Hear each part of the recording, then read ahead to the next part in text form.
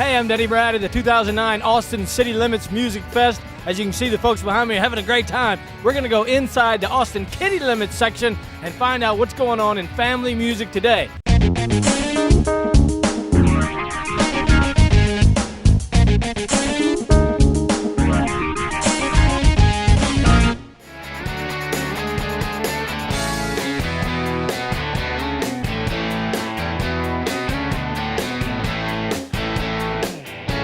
Hi, we're here with Tor Hyams, who's a producer with the ACL, that's Austin City Limits Music Festival, and want to ask him a couple of questions about specifically the Austin Kitty Limits Festival.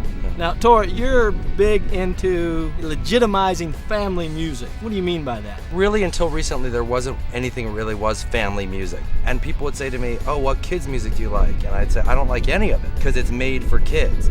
So I thought, family music, now that's the right genre, because then it's something that the whole family can listen to. It's not annoying purple dinosaurs or squeaky Teletubbies or something like, to me that's nonsense.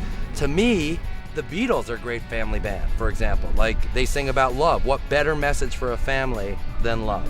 Who are some favorites that you have here that are going to be playing that we should check out? Well, I might be biased, but I actually produced the last Milkshake record, so I think you should see them. Awesome. They're fantastic. Yeah. And the record's great too. You know, and then there's of course Secret Agent 23 Skidoo. I think he's the best thing happening right now for families in hip hop music. Right. That's a great example too of a great family artist. He didn't sacrifice cool for hip hop. And your kids want to listen to hip hop, and that's something you can feel good about them listening to. That's the point. And there's not much hip hop out there. We're gonna have this year. We're gonna have a special guest hip hop artist from the main stage. Kanon is gonna play with us, and that's what happens too every year. We get special guests from the main stage who are family sympathetic, right. And they come over. We also have Paul Green's School of Rock All-Stars, and they're teenagers. They actually don't do family music, but they do in a way because they play classic rock. Remember, we said family, right? So the parents gotta kind of like it. We also have some of Austin's own. We have the Telephone Company.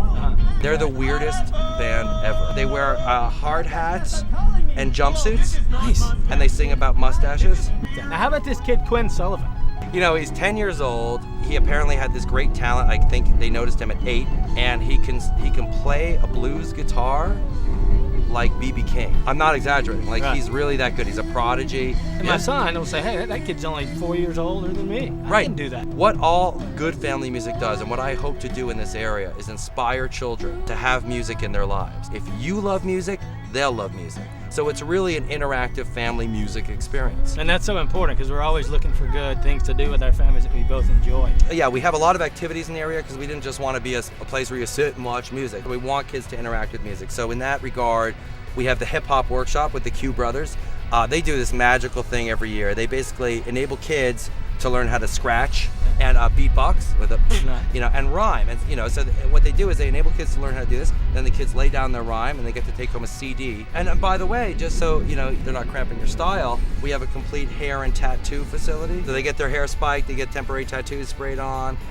And it's kind of cool because it's an oasis essentially in a big festival that I can bring my kids to, and I can go expose them to a couple of bands that I like, and then we can go and take a little break and they'll be able to get through the day. Well, Tor, thank you so much. My pleasure. And I'm so happy that there are lots and lots of artists that are making good music that I can listen to and enjoy with them. So it's really cool. I appreciate what you're doing to kind of bring it to, because it's one thing to listen to it on the radio, on the CDs, but it's another thing to come to a place, a festival, and really groove to it with them right here.